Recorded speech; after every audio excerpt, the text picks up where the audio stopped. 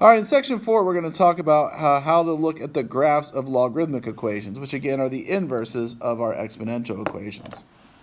Now, since the exponential and the inverse or the log are inverse functions, we will typically just talk about them as all inverse functions. Remember, inverse functions are just the switch of the x and y.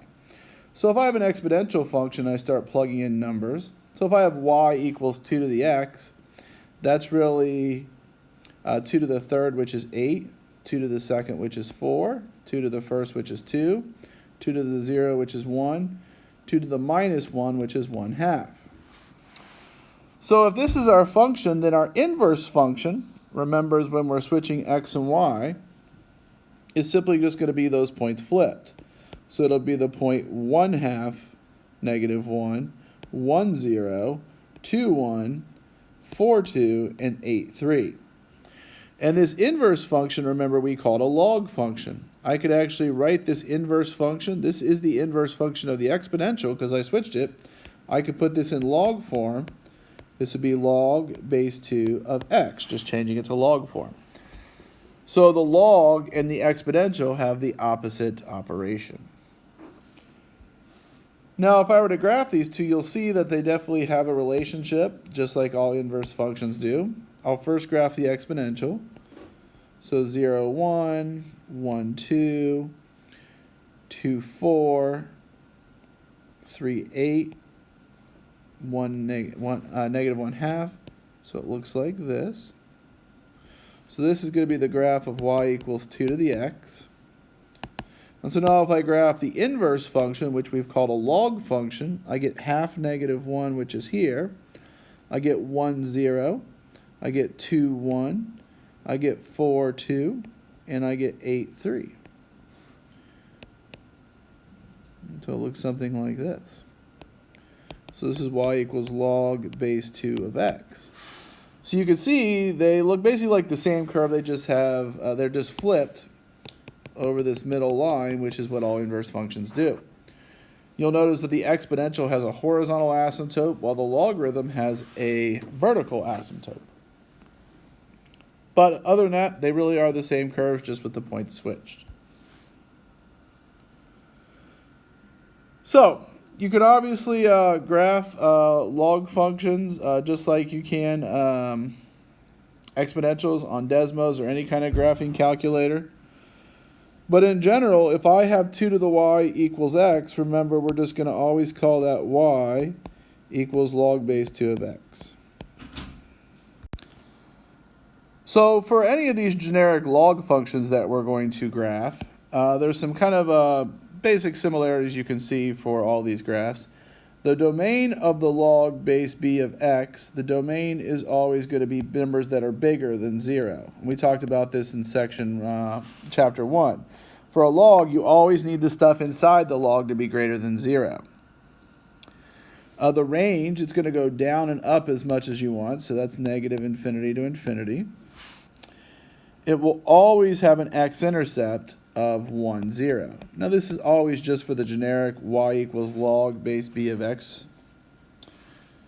There will never be a y-intercept, and there'll always be a vertical asymptote. Remember, an exponential had a horizontal. There's always a vertical asymptote at x equals 0. And the big thing I want to point out is every log base b function always has these 2 points on the graph. It has 1, 0, and b1. So on our graph y log base 2 of x, I know 1, 0 is on there, and if you look above, it's definitely on there. And I also know 2, comma 1 would be on there. So whatever that base is changes that second point, but 1, 0 is always on there. And then again, that's just for the generic log function for any base b.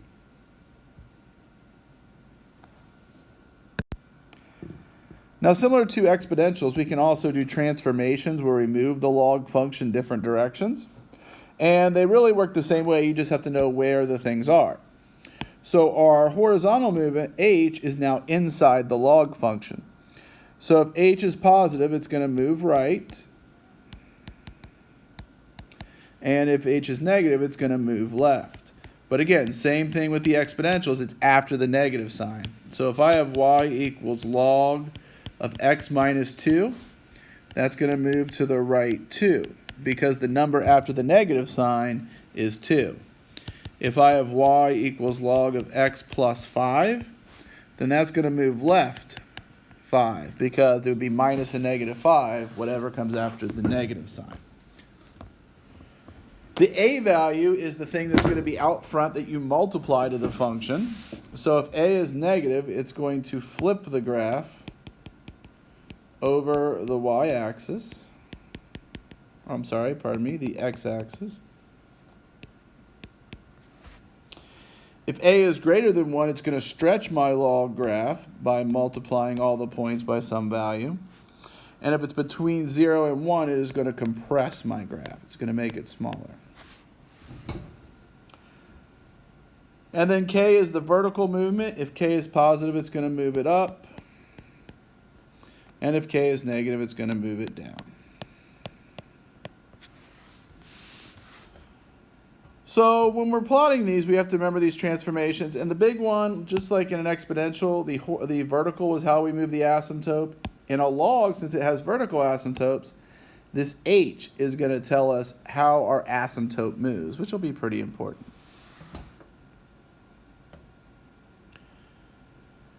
So when we're graphing these log functions, we're going to always graph some points of our original function, of our base log function without any transformations, and then we will go ahead and transform it.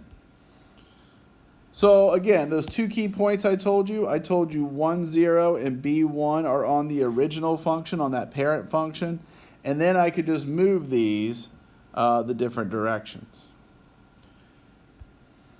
So if you look at this first graph, I've plotted some points, and if I connect them, you can see this graph here, right? So this is the original graph. This is y equals log base 2 of x. So I'd basically take all the transformations out. And now if I look at what's happening, the transformations that happen, I have plus 3 in there. So that's going to move this graph left 3. Now you see my two key points. I have 1, 0, and I have 2, 1. And I have an asymptote of x equals 0. So that's for the original base function. Now I'm going to try to plot y equals log base 2 of x plus 3. So all I'm going to do is I'm going to move some things over left 3. The first thing I'm going to move left 3 is the vertical asymptote, because everything gets moved left 3. So that is now going to become x equal to negative 3. So down here where it says asymptote, I know that's x equal to negative 3 now. If I move 1, 0 left 3 spaces, it turns to negative 2, 0. And if I take 2, 1 back 3 spaces, it becomes negative 1, 1. So those points are now sufficient for me to kind of sketch my graph, because it's going to look basically the same. So it's going to look something like that. So that black graph is my function, y equals log base 2 of x plus 3. So the domain of this, since it got moved, it's always from the asymptote to infinity. So in this case, it's from negative 3 to infinity. Range will always be negative infinity to infinity. The x-intercept is where it crosses the x-axis. So if I look at that, that's 2, 0. The y-intercept is a little trickier because I'd have to plug in 0 for x. So if I plug in 0 for x, I get log base 2 of 3, which is some irrational number, which is fine. So that's going to be kind of what my graph looks like. And if I graph this on Desmos, I can look at the same thing, check that, graph it, make sure you get the same graph, the same points on the graphing calculator. The last thing I want to do with these is I want to find the inverse function. Now the inverse function, really important, because that's going to be how we do a lot of our future equation solving. So if I start with y equals log base 2 of x plus 3, the inverse is going to be some kind of exponential. I just have to figure out which one.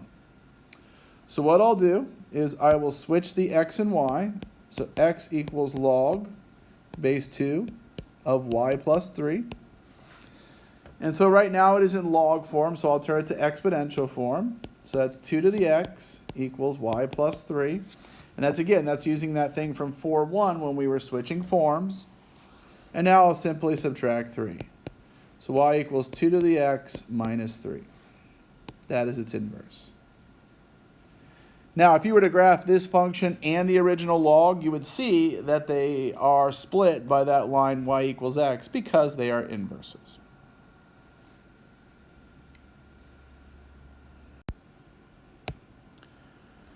All right, let's look at another one here. This one is log base 2 of x minus 1 plus 3. I again have our base points here. Here's our graph. So again, I have the 1, 0, and I have the 2, 1, which are the points we're going to move. And again, if that base changes, 1, 0 stays the same and 2, 1 changes. So in this case, we're going to move it right 3, or right 1, pardon me, because that's what's inside the parentheses, and we're going to move it up 3. So when I think about my asymptote is currently at 0. I'm going to move it right 1.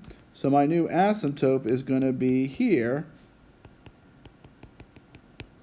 at x equal 1. So my asymptote's at x equal 1. And then my points will move right 1 and up 3. So the 1, 0 moves right to 2 and up 3. So that'll be here. So this will be 2, 3. That's my new point for 1, 0. And then 2, 1, I'll move right 1, which makes it 3, and then up 3, which will make it 3, 4.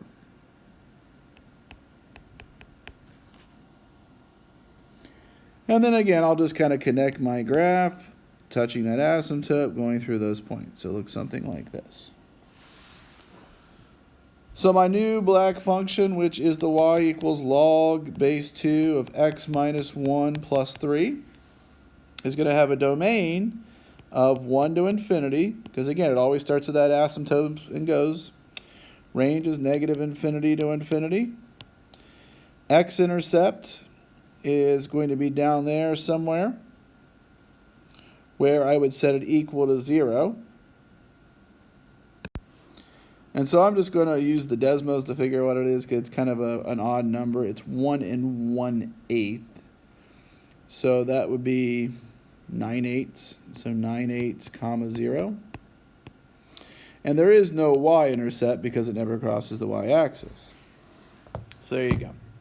And for that x-intercept, if you wanted to use the Desmos decimal 1.125, that would obviously be okay as well. So now we just have to find the inverse function of this one, which will be some kind of exponential. So I'll first put my function down here, which is y equals log base 2 of x minus 1 plus 3. So I'll switch my x and y, because that's always how we find inverses. And now we'll solve. Now, in the last one, I went right to exponential form. In this one, I actually have to subtract the 3 first to get the log by itself. So we get x minus 3 equals log base 2 of y minus 1. Now I can turn it to exponential form. So 2 to the x minus 3 equals y minus 1. And now, obviously, to finish up, I'll just add 1. So the inverse is 2 to the x minus 3 plus 1. And again, make sure you graph this one in the original on Desmos so you can see how those two are inverse functions at that point.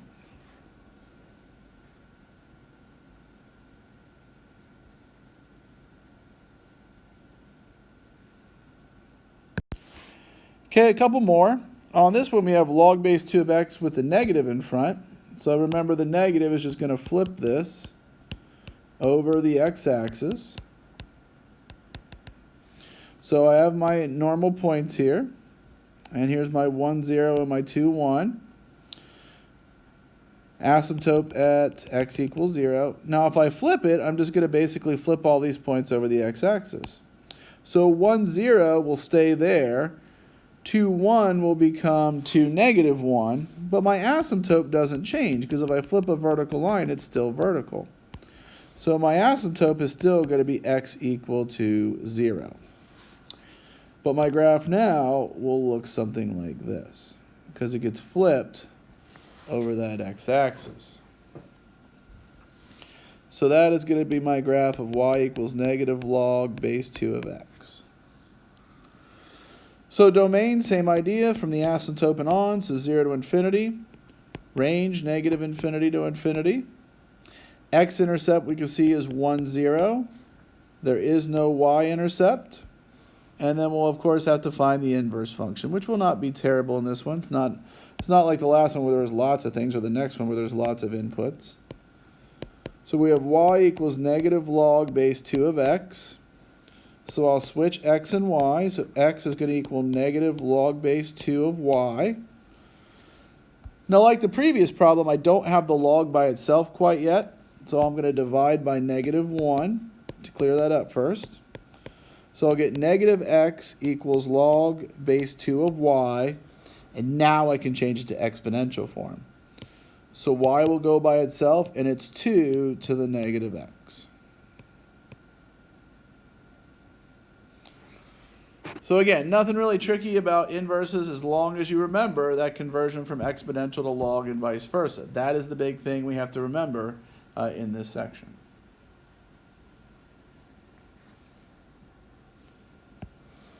So let's look at the last one.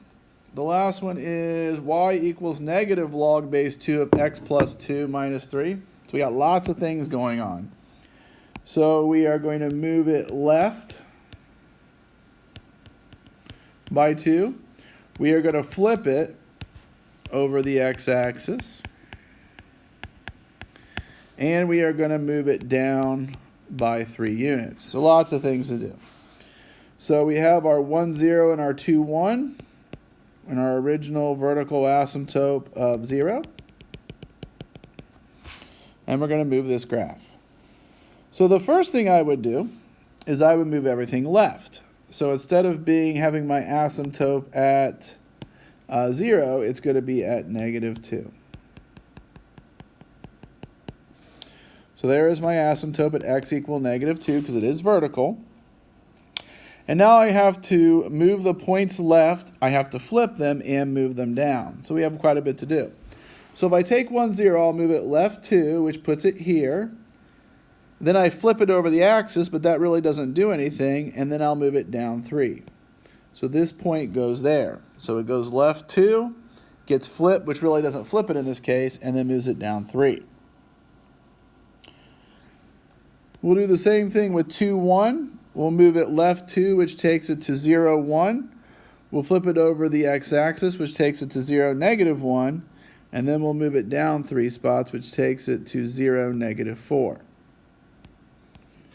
And then our graph just kind of goes through those points like it did before. So kind of a bizarre graph that's been shifted and flipped. But again, you can look at this on your graphing utility. So domain is going to be negative 2 to infinity because that's where our asymptote is. Range negative infinity to infinity. X-intercept is going to be over here right next to negative 1, between negative 1 and 2. And I believe that's 1 7/8 or 1.875, but you can check on Desmos. And the x or y-intercept is 0, negative 4, as you can see. But again, those are easy to find on the graphing utility. Inverse function, I'll just switch x and y, and again, I'll get the in log form, and I will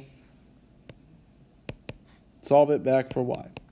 So negative log base 2 of x plus 2 minus 3. So I will switch x and y. X equals negative log base 2 of x plus 2 minus 3. So I'll add the 3. So I get x plus 3 equals negative log base 2 of x plus 2. Now I have to get rid of this negative sign. So I'll just divide everything by a negative 1, which will give me negative x minus 3 equals log base 2 of x plus 2. So again, we're just getting the log by itself, and then we're going to switch it. So it's 2 to the negative x minus 3 equals y plus 2.